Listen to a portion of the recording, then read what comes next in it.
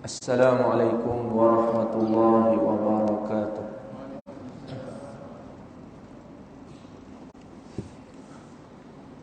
Ila hadratin Nabi Mustafa Rasulillah sallallahu alaihi wasallam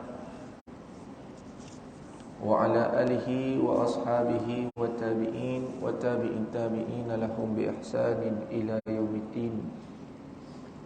Wa ila arwahi walidina wa walidikum wa amwatina wa amwatikum wa amwatal muslimina kafatan 'amma. Khususan al-Imam Hafiz Abu Isa Muhammad At-Tirmizi wa Ali bin Muhammad Al-Durusi Ustaz bin Saleh Syai'ulillahi lahumul Fatihah. A'udzu billahi minasyaitonir rajim. Bismillahirrahmanirrahim.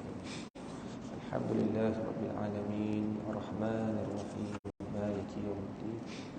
Iyyaka na'budu wa iyyaka nasta'in. Ihdinas siratal mustaqim. Siratal ladzina an'amta 'alaihim ghairil maghdubi 'alaihim waladdallin.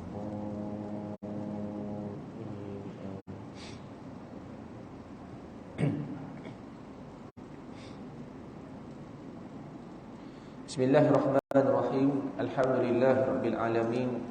Alhamdulillahilladzi bi ni'matihi tatimmus shalihat. Wassalatu wassalamu ala rasulina al-amin sayyidina Muhammadin wa ala alihi wa sahbihi ajma'in. Allahumma salli ala sayyidina Muhammadin al-fatih lima ughliqa wal khatim lima sabaqa nasiril haqqi bil haqq wal hadi ila siratikal mustaqim wa ala alihi wa sahbihi haqqa qadrihi wa miqdarihi al-azim. Subhanaka la ilma lana illa ma 'allamtana innaka antal alimul hakim.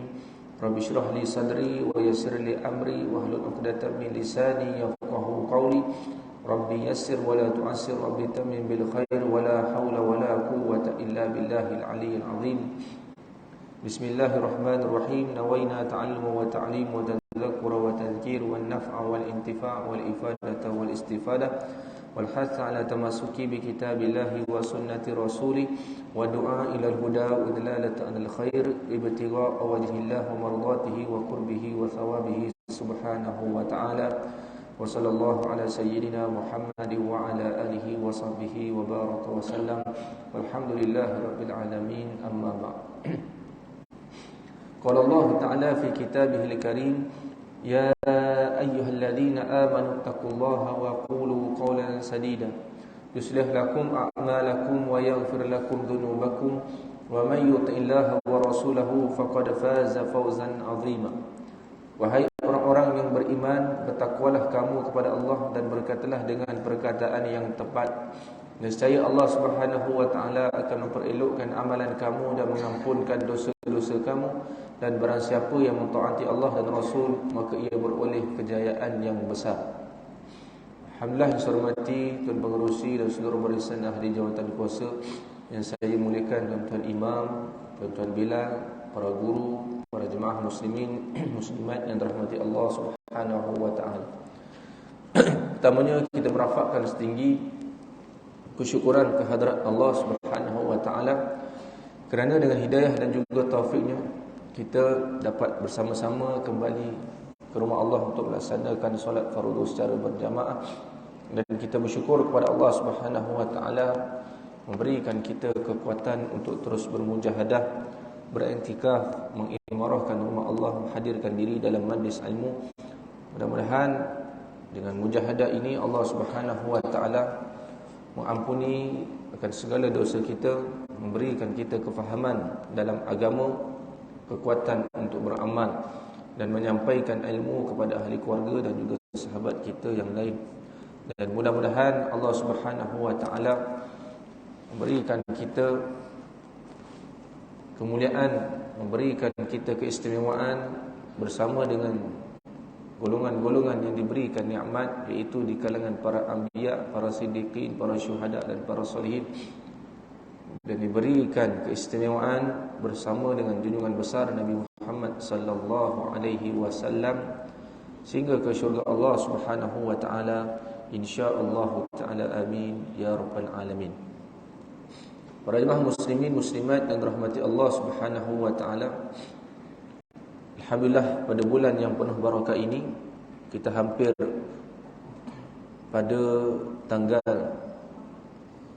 menurut sebahagian besar riwayat tentang kelahiran Nabi Muhammad sallallahu alaihi wasallam, iaitu pada 12 Rabiul Awal. Dan 12 Rabiul Awal juga berlaku juga peristiwa kewafatan Nabi sallallahu alaihi wasallam. Dan menurut sebahagian riwayat juga 12 Rabiul Awal adalah tarikh Nabi sallallahu alaihi wasallam sampai di Madinah dalam peristiwa hijrah. Jadi mudah-mudahan dengan apa yang kita pelajari dan kita baca melalui kitab Syama'il ini, ia memberikan kita suntikan untuk terus meningkatkan lagi cinta dan rindu kita kepada Rasulullah sallallahu alaihi wasallam.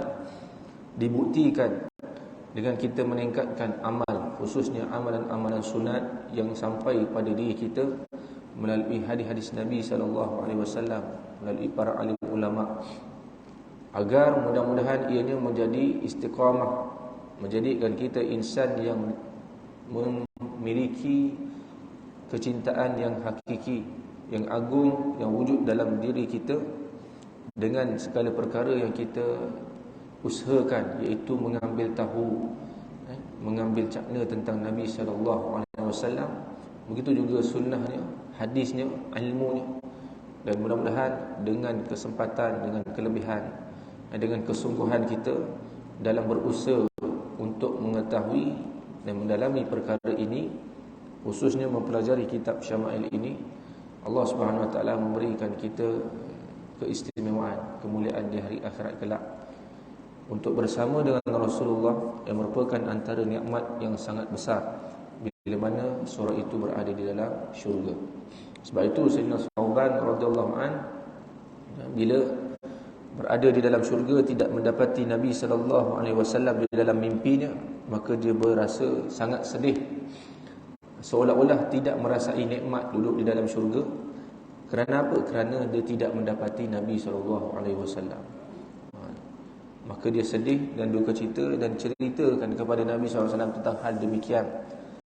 Maka Nabi SAW pun memberikan, kita kata, harapan kepadanya, bagi siapa yang taat kepada Allah, taat kepada Nabi SAW, mencintai Nabi SAW, maka pastinya dia akan bersama dengan Rasulullah di hari akhirat kelak.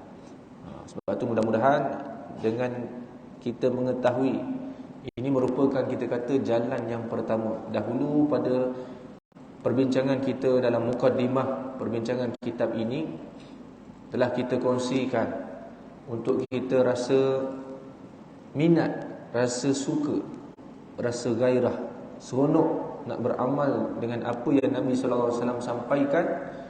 Jalan pertama itu mesti mengenal, mengetahui tentang diri Nabi. Mesti melalui jalan itu, supaya ianya akan menghasilkan cinta yang sebenar. Cinta yang sebenar, rindu-rindu yang sebenar. Maksud sebenar apa? Maknanya Nabi SAW itu menjadi keutamaan bagi diri dia, apa yang disampaikan. Maknanya bila disebutkan nama Nabi, dia berselawat, bahkan dia memperbanyakkan selawat.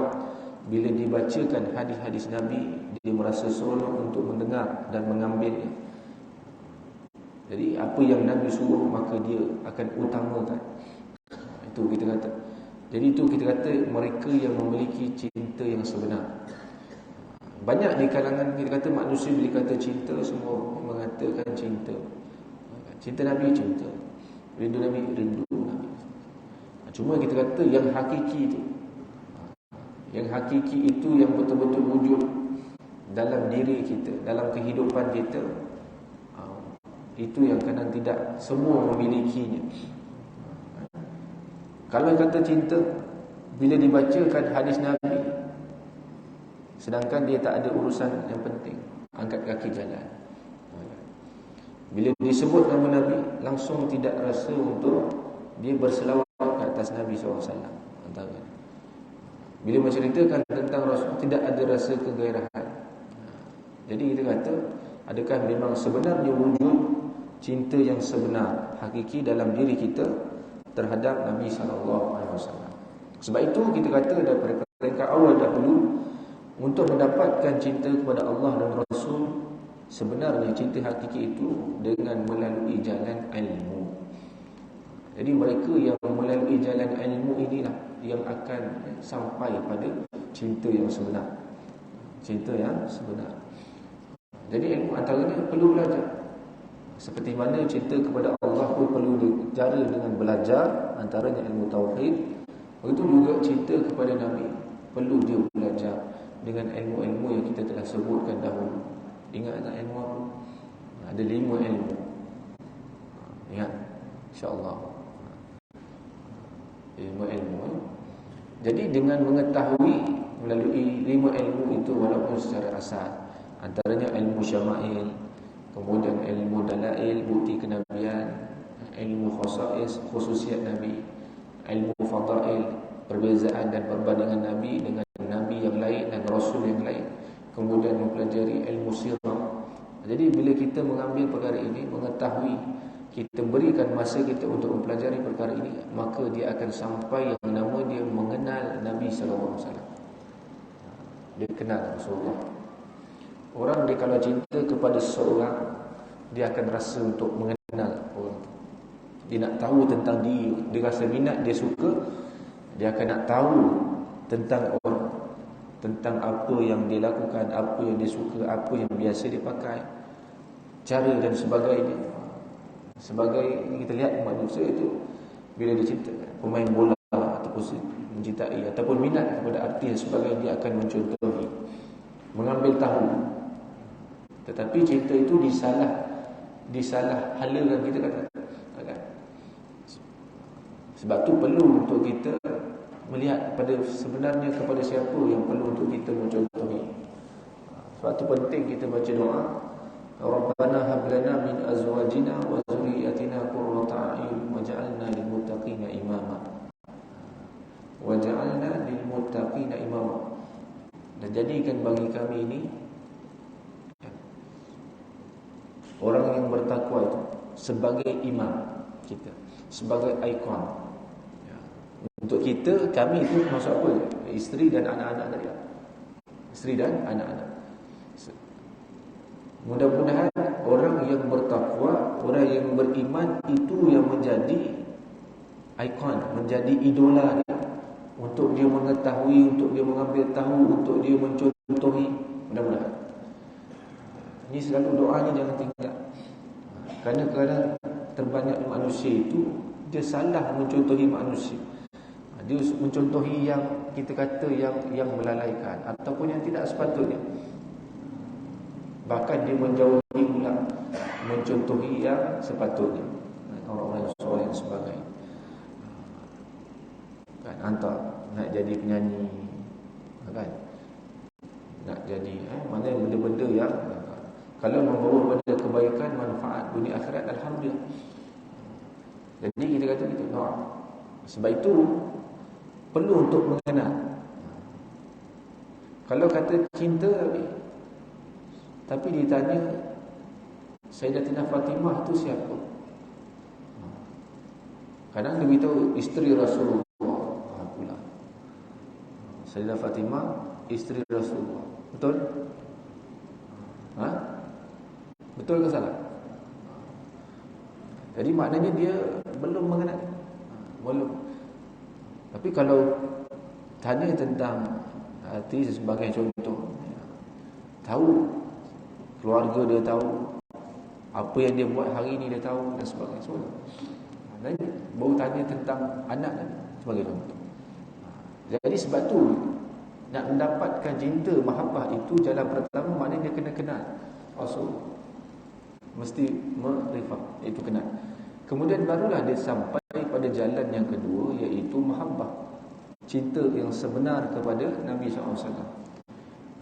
Masa cinta, bila dia tahu tentang kehebatan melalui ilmu-ilmu tadi, dia tahu tentang kehebatan Nabi, keistimewaan Nabi, keindahan Nabi dan sebagainya. Maka bila diceritakan saja tentang Rasulullah, maka tidak ada yang layak selain daripada Allah, yang layak untuk diberikan pujian, dan kita kata pujian dan juga keistimewaan melainkan kepada Rasul.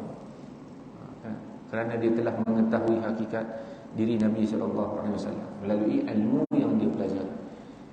Bila kita kata cinta, maka di sanalah akan adanya jalan yang ketiga, iaitu ittiba' sunnah. Rasa seronok dan minat untuk beramal dengan sunnah-sunnah Rasulullah. Apa yang Nabi sampaikan, seronok dia nak ambil, seronok dia nak amal, seronok dia istiqamah dengan amalan sunnah. Kenapa? Kerana dia mengenal. Kerana mengenal. Itu tiga jalan yang utama untuk kita mendapatkan title ataupun gelaran umat Muhammadiyah, iaitu umat Rasulullah SAW di hari akhirat kelak. Sambungan mengenai hadis tentang syair. Muka surat 186. Betul? 1.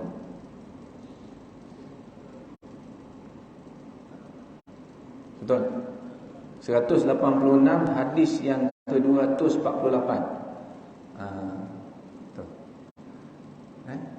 Mengenai syair. Maknanya Nabi SAW pun, Nabi SAW ada, maknanya menyampaikan syair ataupun membacakan syair yang disampaikan oleh sahabat yang lain. Maknanya Nabi SAW pun menerima untuk dibacakan syair. Walaupun pada asalnya itu syair itu adalah amalan masyarakat jahiliyah dahulu. Tetapi masyarakat jahiliyah dulu mereka bersyair itu dengan benda-benda yang membawa pada kelalaian. Memuji harta, memuji perempuan, memuji kekuasaan, memuji manusia dan sebagainya. Kelalaian, dosa. Tapi adakah Nabi terus menolak? Tidak. Sebab tu ada di kalangan sahabat Nabi yang membaca syair di hadapan Nabi. Walaupun Sayyidina Umar pada asalnya itu melarang tegas, seolah-olah tak beradab dengan Rasulullah membaca syair depan Nabi. Tapi Nabi SAW menyuruh Sayyidina Umar supaya biarkan dia baca. Maknanya itu budaya masyarakat situ. Tapi selagi kalau syair itu disampaikan dengan cara betul, beradab, dan isi syair itu isi-isi yang baik, yang memberikan semangat pada kebaikan, maka tidak ada salah. Tidak ada kesalahan. Kadang-kadang syair ini dilontarkan waktu nak berperang sebagai contoh, memberikan semangat.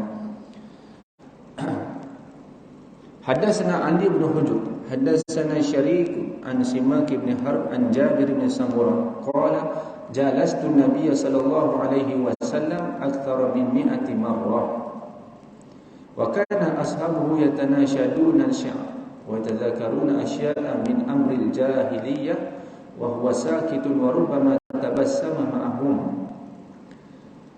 Daripada Jabir bin Samurah radhiyallahu an berkata, aku duduk bersama baginda Nabi sallallahu alaihi wasallam lebih daripada 100 kali. Maknanya selalu mendampingi Nabi SAW. Para sahabat saling mendeklamasikan syair dan bercerita tentang perkara jahiliyah, sesuatu, kita kata suatu budaya jahiliyah, kemasyarakatan sebelum pada kedatangan Islam. Dalam paulah jahiliyah, maknanya mereka dalam keadaan belum tahu tentang Islam sebelum baginda diutuskan. Sedangkan baginda Nabi SAW hanya berdiam diri dan kadang-kala tersenyum bersama mereka. Nabi maknanya memberikan kebenaran, selagi mana ianya tidak perkara yang lalai dan dosa. Nabi beri. Haddatsana Ali bin Hujr, haddatsana Syariq an Abdul Malik bin Umair an Abi Salamah an Abi Hurairah an Nabi sallallahu alaihi wasallam qala ash'aru kalimatin takallamat biha al-arab kalimatu labid ala kullu shay'in ma khala Allah batil. Daripada Abi Salamah, daripada Abu Hurairah radhiyallahu an, daripada baginda Nabi sallallahu alaihi wasallam bersabda, seindah-indah ungkapan yang pernah diucapkan oleh orang Arab ialah ucapan Sayyidina Labid radhiyallahu anhu bersyair, ingatlah setiap sesuatu selain Allah akan binasa.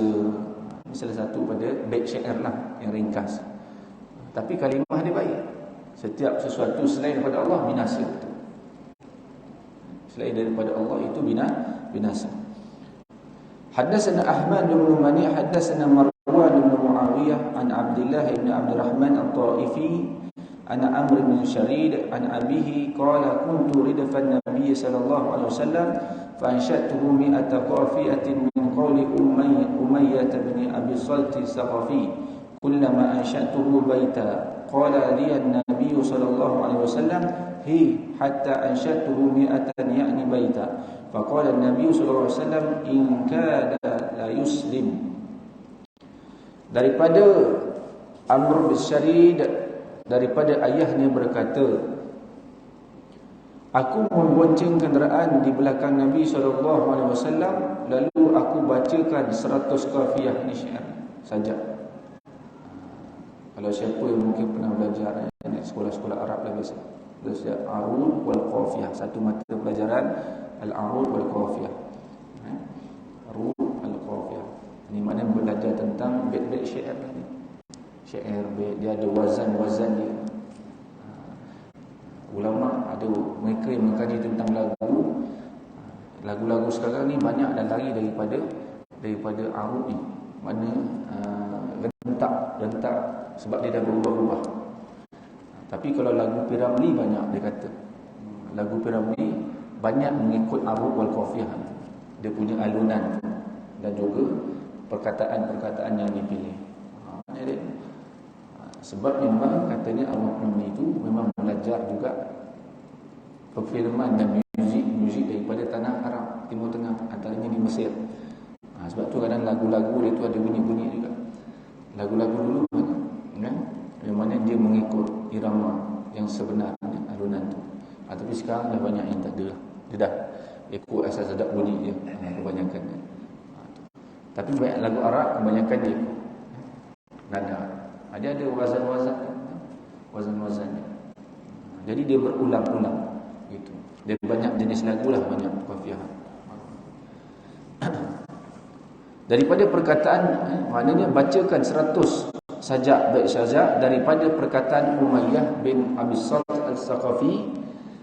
Setiap kali aku bacakan kepada baginda Nabi SAW satu bait syair, baginda Nabi SAW bersabda kepadaku, tambahkan lagi. Sehingga aku bacakan kepadanya 100 iaitu bait syair. Kemudian baginda SAW bersabda, hampir sahaja dia Umayyah itu masuk kepada Islam. Hampir saja. Mana bait-bait syair yang disampaikan oleh Umayyah itu, mana bait syair yang baik-baik, kan? Mana kalau saja dia dapati, maknanya dia mendalami lagi, mengetahui tentang agama, diberikan hidayah, maka pastinya akan Allah Subhanahu Wa Taala campakkan Islam pada Umayyah. حدثنا إسماعيل بن موسى الفزاري علي بن حجر والمعنى واحد قال حدثنا عبد الرحمن بن أبي زناد عن هشام بن عروة عن أبيه عن عائشة قال كان رسول الله صلى الله عليه وسلم يضع لحسان بن ثابت منبرا في المسجد يقوم عليه قائما يفاخر عن رسول الله صلى الله عليه وسلم أو قال ينافي عن رسول الله صلى الله عليه وسلم ويقول صلى الله عليه وسلم إن الله يؤيد حسان بروح القدس ما ينافي أو يفاخر عن رسول الله صلى الله عليه وسلم. Daripada Sayyidatina Aisyah radhiyallahu anha berkata, baginda Rasulullah SAW meletakkan satu mimbar untuk Sayyidina Hasan bin Thabit. Ini pensyair Nabi sallallahu alaihi wasallam. Nabi kadang suruh Sayyidina Hasan membacakan syair satu-satu masa lagi nak berperang dan sebagainya di dalam masjid supaya dia berdiri di situ untuk membanggakan baginda Rasulullah sallallahu alaihi wasallam, atau ragu-ragu supaya dia mempertahankan baginda Nabi sallallahu alaihi wasallam. Sayyidina Hasan Nabi sediakan, maknanya dia naik ke mimbar menceritakan tentang kelebihan Nabi sallallahu alaihi wasallam dan sebagainya. Dia tugas dia sebagai penyampai, pemberi semangat. Sebagai mereka dia tak tahu orang, tapi dia sebagai orang yang memberikan semangat. Kelebihan dia di situ. Kelebihan dia di situ. Kelebihan berperang tak ada. Tapi kelebihan dia di situ.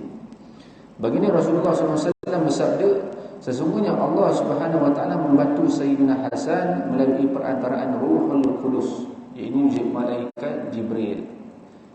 ketika dia mempertahankan atau membangga-banggakan baginda Rasulullah sallallahu alaihi wasallam.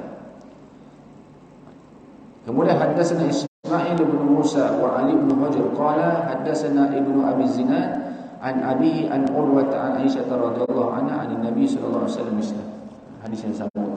Daripada Sayyidatina Aisyah radhiyallahu anha daripada Nabi sallallahu alaihi wasallam seumpama hadis sebelum ini mengenai tentang syair yang dilaungkan oleh Sayyidina Hasan bin Sabit radhiyallahu anhu. Itu maknanya mengenai syair Nabi bersyair, Nabi maknanya kita kata bersyair juga pada dalam kehidupan yang bersama dengan para sahabat. Sebab tu kita mana-mana kita kata Melayu berpantun ke syair ke sajak ke tak ada masalah. Kalau ini pantun ataupun syair sajak puisi yang datang kebaikan manfaat, maka boleh saja untuk kita lantunkan dan sebagainya. Tapi jangan syair dia tapi Al-Quran tak baca, masalah juga. Tapi sampai bersyair tu Al-Quran hadis pun dia baca. Bab yang ke-38, bab majaa fi kalami Rasulullah sallallahu alaihi wasallam fi samar. Di malam. Bab menceritakan tentang percakapan Rasulullah SAW di malam hari, bersembang di waktu malam. Mana lepas-lepas santai lah, macam kita kan, lepas masjid kan pergi mana, duduk kan, sembang. Tapi tengoklah sembang macam mana. Kalau bahagian siang tu mungkin sembangnya tu serius, malam ni kan macam sembang-sembang santai kan? Kita panggil nama melepak kan? Tapi tengoklah perbualan dia tu kan. Tapi Rasulullah pun lepas mana bahagian malam, kerana bersama sahabat pun jumpa sahabat ke atau bersama sahabat pun dah semua sembang. Sebelum nak balik ke rumah, nak tidur dan sebagainya kan, ada masa Nabi sembang. Kadang-kadang dengan isteri, dengan jiran, dengan sahabat dan sebagainya.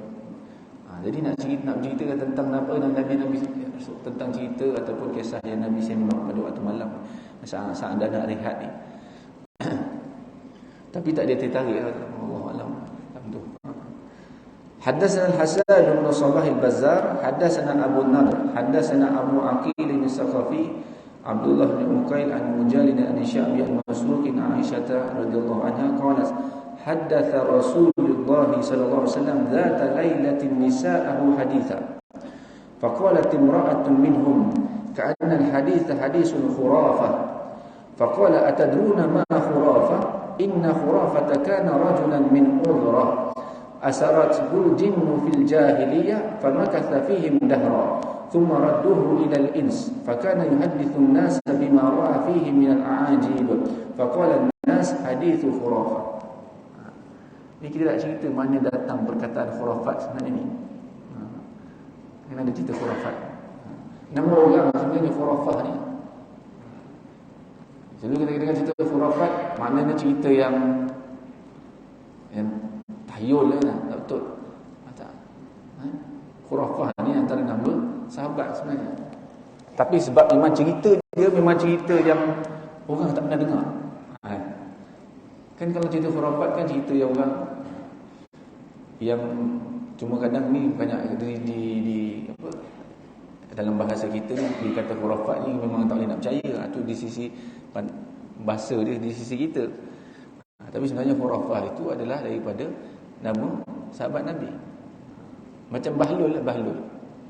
Tapi Bahlul tu bukan nama sahabat lah, tapi seorang ulama. Bahlul tu sebagai kalau kita bahasa Arab maksudnya cerdik, bahlul. Sampai kat kita bahlul tu cerdik. Sampai kita jadi lain pula maksudnya bahlul kau ni. Kan? Jadi kalau orang panggil kita bahlul, kita terima ya. Alhamdulillah.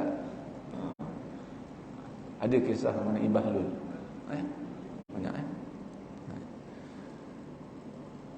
Daripada Sayyidatina Aisyah radhiyallahu anha berkata, baginda Rasulullah sallallahu alaihi wasallam bercerita pada suatu malam kepada isteri.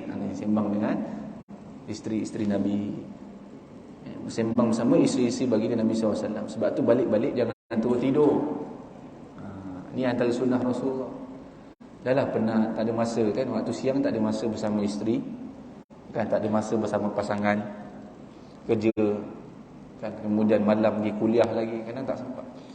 Kan balik sembang, balik dalam batu dalam melepak, minum air lagi. Balik rumah terus tidur. Kan? Jadi Rasulullah SAW balik, dia bersembang-sembang dengan, dia ceritakan apa yang berlaku di siang hari, apa yang dia nak kongsi. Rasulullah ni sunnah Rasulullah, bersembang-sembang dengan isteri sebelum tidur, bergurau sambil. Ni balik ni cerita pasal cerita khurafat ni dengan isteri. Untuk lebih kita kata meningkatkan lagi kasih sayang dan sebagainya. Jadi Nabi bercerita kepada si isteri dia, salah seorang daripada mereka berkata, cerita ini seperti cerita khurafat. Nabi cerita satu cerita, kan? Nabi cerita satu cerita, kemudian salah seorang daripada isteri Nabi kata, cerita ini sama seperti cerita khurafat. Khurafat. Baginda SAW bersabda, tahukah kalian apakah yang dikatakan khurafat itu? Seorang lelaki. Sesungguhnya khurafat itu merupakan nama seorang lelaki yang berasal dari Uzrah, daripada kabilah Yaman, yang telah disembunyikan oleh jin pada zaman jahiliyah. Berzaman Nabi SAW pernah berlaku. Jadi kalau ada orang yang kena sembunyi tu, kan orang kita kata disembunyikan bunian ke, tu bunian pun bangsa jin juga. Mana pernah berlaku kita kata. Pernah. Cuma betul tak betul sajalah bila diberitahu. Tapi benda tu boleh berlaku. Boleh berlaku. Pernah jatuh kita kata tentang seorang yang disembunyikan jin selama 4 tahun. Bila kita cerita ujung. Nama seorang lelaki yang berasal dari Uzrah yang telah disembunyikan oleh jin pada zaman jahiliyah. Dia tinggal bersama mereka dalam tempoh yang lama. Kemudian jin-jin itu mengembalikannya ke alam manusia semula. Khurafat bercerita kepada orang ramai dengan apa yang dilihatnya tentang perkara-perkara ajaib. Orang ramai berkata, itulah cerita khurafat. Mana seolah cerita-cerita yang pelik dan ajaib. Mana kita kata, orang akan katakan, mana-mana cerita yang pelik, ajaib, tak pernah dengari, ini macam cerita khurafat ni. Sebab antara selalu yang khurafat, dia menceritakan perkara yang tak pernah diceritakan oleh orang, pelik dan sebagainya. Tapi bukan cerita yang Rasulullah cerita. Kalau kepada diri Rasulullah, walaupun sahabat itu memang perkara yang luar biasa, tapi tak pelik. Sebab itu pada diri Rasulullah, mereka mengimani perkara tersebut. Ini yang kena pada sahabat. Kena pada sahabat. Dia cerita dia lain daripada lain. Bila datanglah cerita apa-apa yang pelik, dia orang kata itu macam cerita khurafat dia, lebih kurang dia, cerita dia cerita yang pelik-pelik ajaib. Akhirnya orang kita pun begitu. Benda yang tak betul dia apa sebut. Ini cerita khurafat ni, kan? Cerita khurafat. Tapi sebenarnya khurafat tu siapa? Nama orang. Khurafat. Daripada Yaman. Dekat kita khurafat.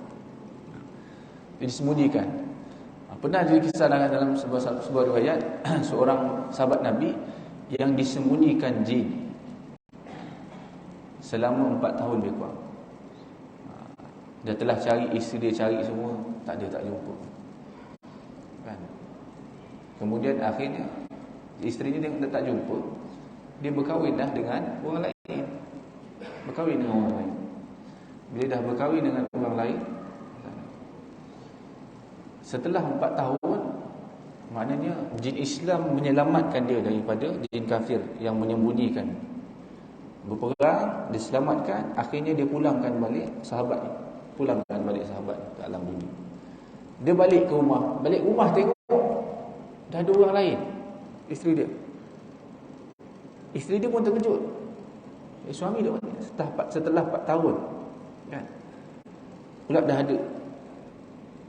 Jadi macam mana tu? Suami mana yang nak diterima? Ini macam cerita orang putih lah. Ada satu cerita tu saya ingat, kan? Jadi hukum bertanya berlaku. Sebab tu dalam hal ini, seperti mana disebut oleh sebagai ulama, perkahwinan yang baru itu secara automatik terbatal.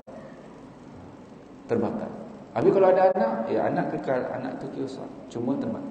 Yang perlu diterima adalah suami yang pertama tadi. Suami yang pertama. Terbatal. Habis anak bin siapa? Ialah masih bin dengan ayah ni. Bukan kita kata anak luar nikah kan tak sah, tak, bukan. Pernikahan tu dah sah dulu. Dah kira sah. Cuma kerana kehadiran suami dia yang pertama itu terbatal. Anak tanggungan pada yang suami tadi. Tapi mana hubungan itu, hubungan dia dengan suami yang pertama berlaku pada zaman Nabi. Manalah tahu berlaku dekat MS 370. Kalau ada isteri yang dah berkahwin, malah tiba-tiba datang suami. Sekarang ni pun macam-macam cerita.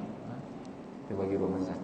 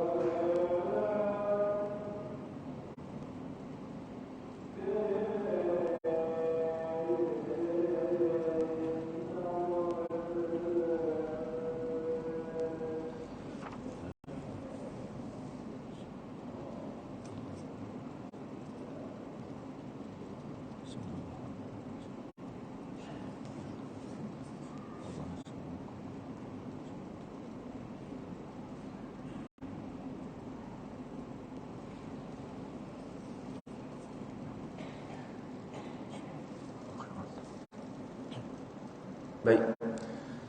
Ini antara kisah ataupun cerita-cerita yang Nabi kongsi dengan isteri-isteri Rasulullah SAW. Cerita ini benar-benar berlaku. Nabi SAW tidak akan bergurau ataupun bercerita melainkan perkara yang benar. Melainkan perkara yang benar. Mana bercerita, bersembang. Satu lagi kisah, ini agak panjang, tentang hadis Ummu Zar'in tentang penceritaan ni geng-geng perempuan lah bersembang waktu malam. Bersembang kita panggil membawa semasa sampai ke makcik-makcik kat ayah mak ngah kan, mak jah semua bersembang. Bersembang tentang apa? Bersembang tentang suami masing-masing. Bersembang tentang suami masing-masing. Satu hadis yang panjang.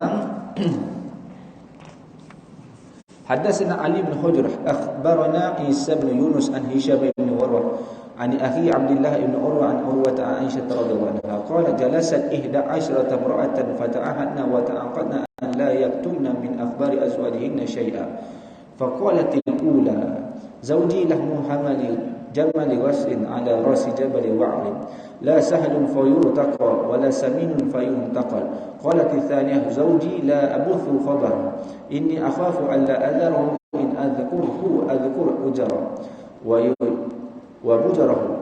Qalat thalithah zawji al-ashannaq in antiq utallaq wa in askut mu'allaq wa in askut mu'allaq. Qalat rabi'ah zawji kalayli tihama la harrun wala kurun wala makhafa wala sama.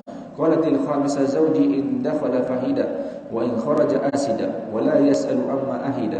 Qalat as-sadisah zawji in akala lafan wa in shariba ishtaffa wa in taja'a taffa wa la yulijul kaf liya'lam al-batha. Qalat as-sabi'ah zawji ayaya aw ghayaya tabaqa kullu da'in lahu da' shajjaki aw fallaki aw jama' kullan lak. Qalat ath-thaminah zawji al-masu wa masu arnabin wa rihul darna. Qalat at-tasi'ah zawji rafi'ul 'imad tawilun nijad 'azimur raman qaribul baiti minan nad.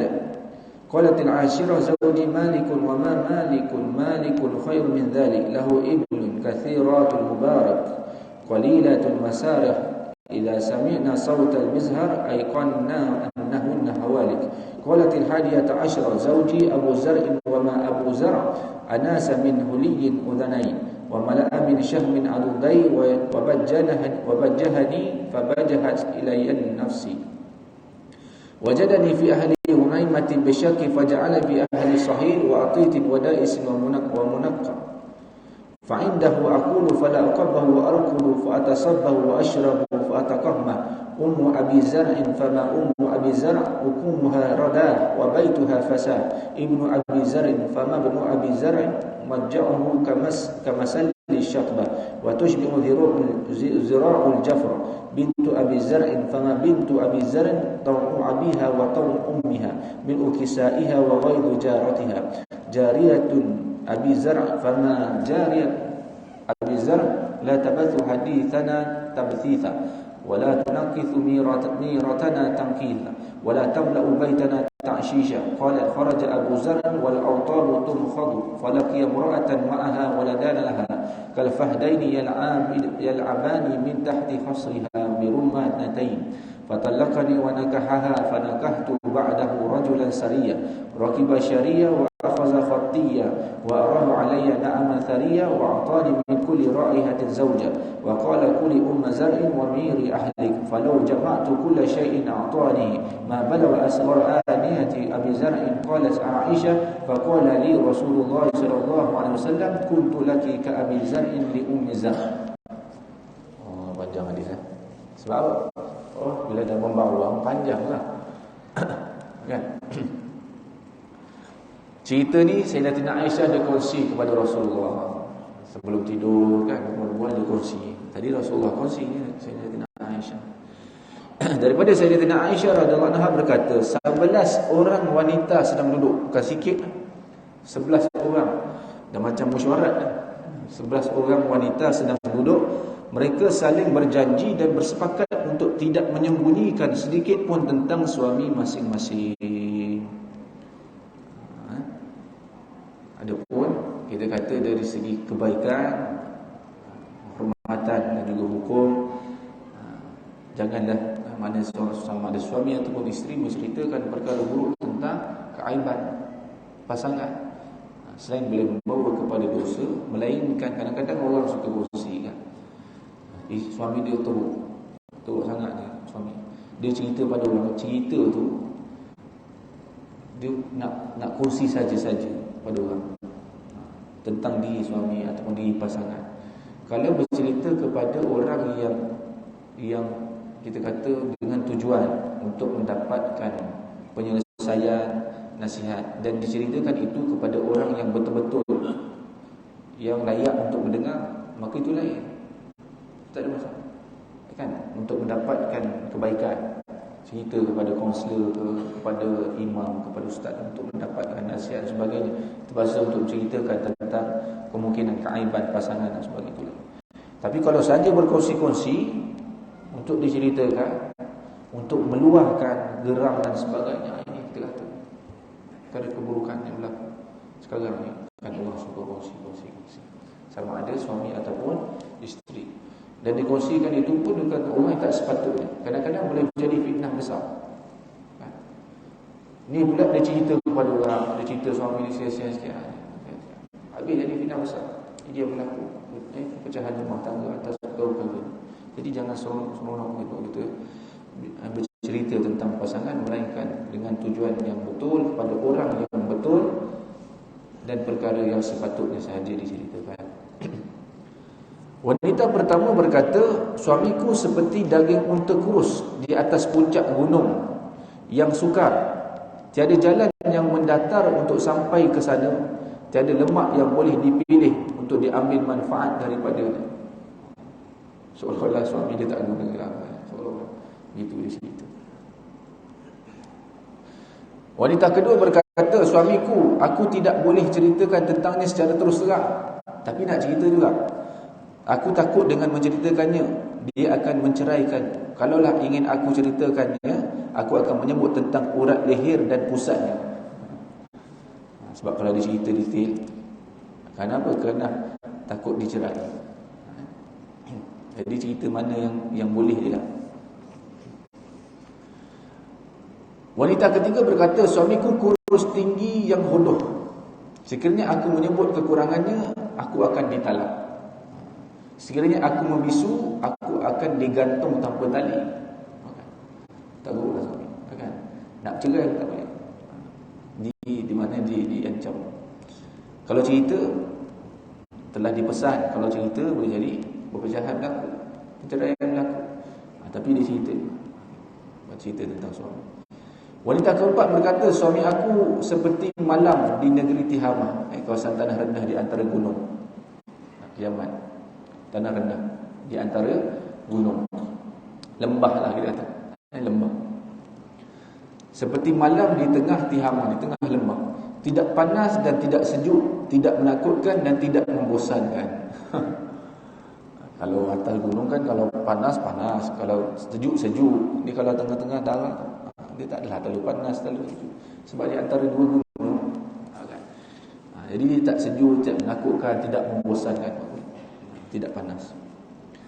Wanita kelima berkata, suamiku apabila masuk ke rumah suka tidur dan lalat. Apabila keluar rumah bagaikan singa, tidak pernah bertanya sesuatu yang telah diberikan. Luar lain, dalam rumah lain. Yang keenam, wanita keenam berkata, suami aku apabila makan sehingga habis, apabila minum tidak meninggalkan baki.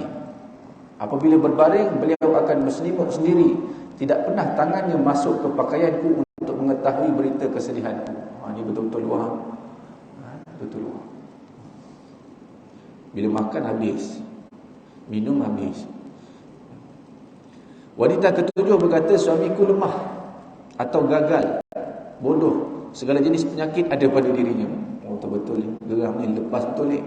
Tengok kawan-kawan lepas, dia pun lepas juga.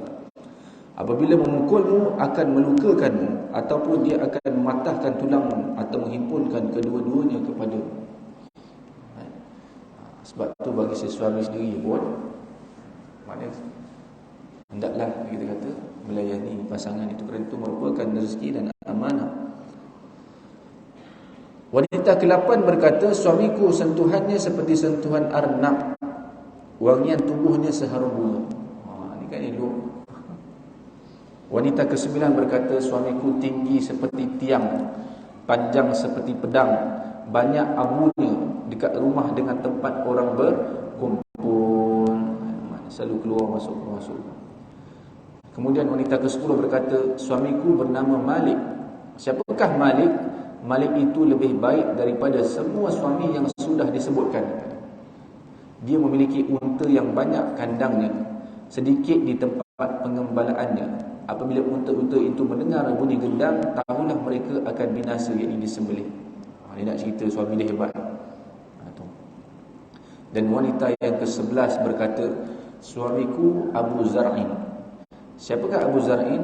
Dia menggerakkan telingaku dengan perhiasan yang banyak, penuh dengan daging di kawasan lenganku, iaitu gemuk. Dia mengembirakanku, maka aku pun seronok.